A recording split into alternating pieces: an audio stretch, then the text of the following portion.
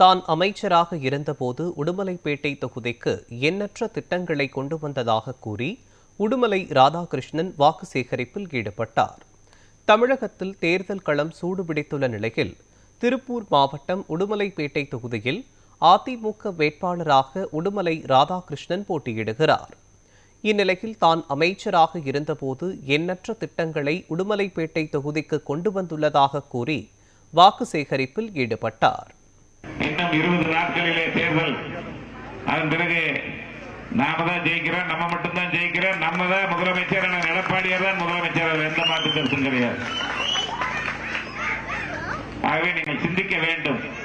குறிப்பாக பல்வேறு திட்டங்களை நாம் கொடுத்தோம். 5 ஆண்டுகளில் நான் இந்த மாவட்டத்தினுடைய அமைச்சர், இந்த தொகுதியினுடைய அமைச்சராக இருக்கின்ற பொழுது இந்த பகுதி மக்கள், குறிப்பாக ஏழை நடுத்தர மக்களுக்காக உருவாக்கப்பட்ட திட்டம் புரட்சித் தலைவி அம்மா அவர்கள் பல்வேறு திட்டங்களை உருவாக்கினாலும் கூட ஏழை எளியோர் வீட்டில் இருக்கின்ற தாய்மார்கள் தங்களுடைய பொருளாதார செலவிற்காக என்ன கொடுத்தால் சரியாக இருக்கும் என்று கறவை பசுக்களை வழங்குகின்ற திட்டத்தை கொடுத்து 50,000 கொடுத்த ஒரே முதலமைச்சர் இந்தியாவிலேயே புரட்சித் தலைவி அம்மா மட்டும்தான். அந்த திட்டத்தை நிறுத்திட்டாங்க.